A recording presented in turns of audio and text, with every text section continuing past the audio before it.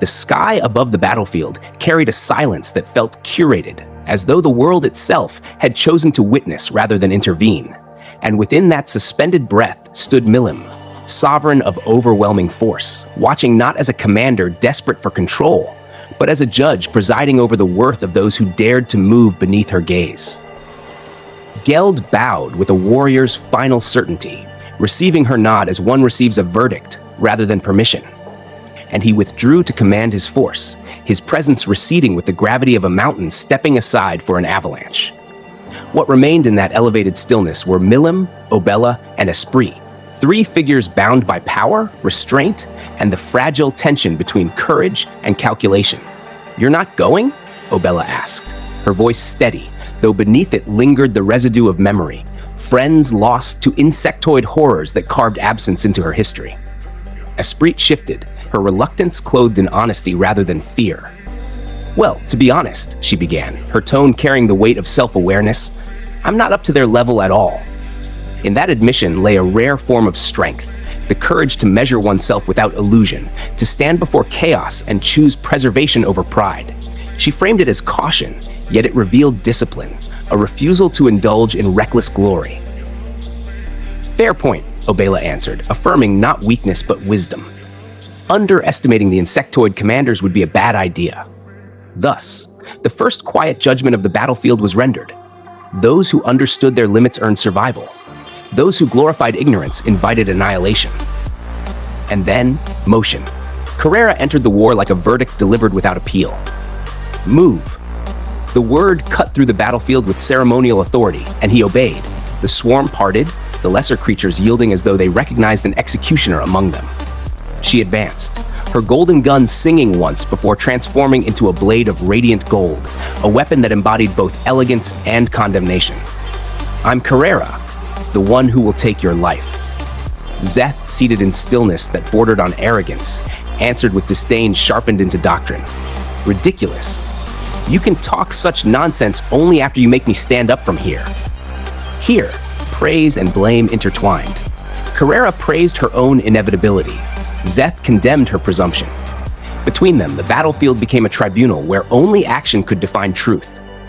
The clash that followed refused chaos and instead resembled ritual. Speed against perception, certainty against defiance. Each movement an argument, each evasion a rebuttal. Elsewhere, Frey descended upon Torun, her wings carving through the air with divine aggression, her presence an anthem of aerial supremacy.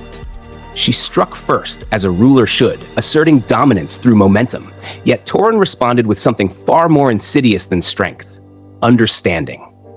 His compound eyes reduced her speed to predictability, his exoskeleton elevated simplicity into perfection, and in that moment, Frey's superiority fractured against the elegance of his design. You, slow, me fast. It was a foolish proclamation, and yet it carried the arrogance of those who mistake advantage for victory. Frey's temper ignited, not as loss of control, but as a declaration that insult invited consequence.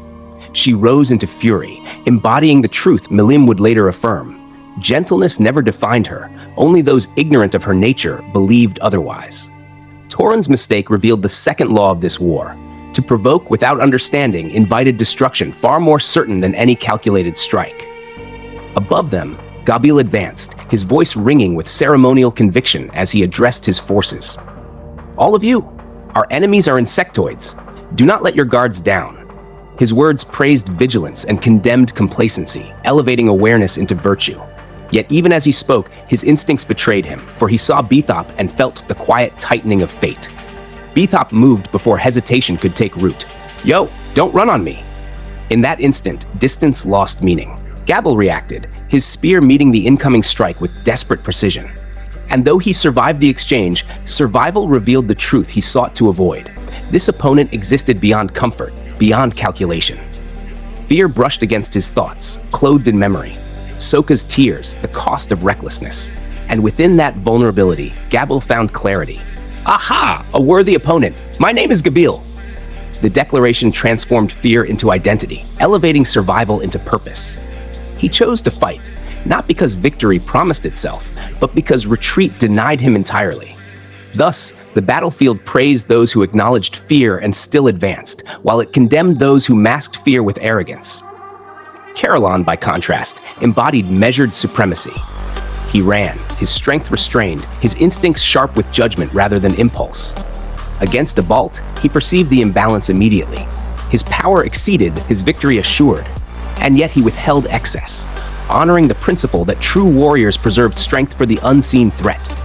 Yeah, right. You talk big for someone so weak. His words carried blame, yet beneath them lay discipline. He refused spectacle, choosing efficiency over ego. And in that restraint, he affirmed the philosophy that survival, not dominance, defined mastery. Midray, however, celebrated a different truth. Facing Cyril, he spoke with the calm authority of one who understood the nature of strength. In battle, luck is never a factor. His words dismantled illusion, stripping victory of randomness and restoring it to effort, preparation, and will. When he moved, instant move, collapsing distance into inevitability, his strike carried the weight of that belief. Cyril's poison rose, consuming flesh, yet Midray endured, his body sustained by conviction as much as power. I, you see, am strong. This was not arrogance. It was recognition. In that statement, he praised effort and condemned the false comfort of chance. At the front line, Geld stood as the embodiment of duty. Our mission is to keep even one enemy from breaking through.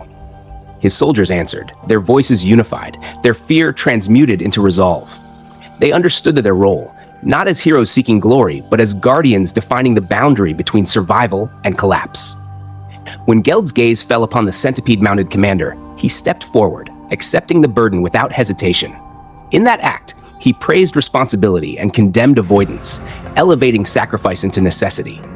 Back within the keep, Esprit reached her decision. She moved toward the battlefield, her sword drawn, her earlier caution transformed into action. She acknowledged her limitations, yet refused stagnation, choosing contribution over observation. And, well, I don't think the enemy's too picky about keeping this a one-on-one fight. Her reasoning carried a subtle condemnation of rigid honor in a war that demanded adaptability. She praised pragmatism, embracing the truth that survival favored those who bent without breaking. Milim watched her go, approving with a simplicity that masked profound judgment. Right, do your best. Only Obella remained.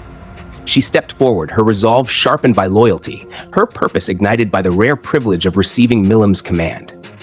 Her aura spread across the battlefield, viscous and oppressive, revealing the unseen scale of the threat looming beyond the immediate conflict.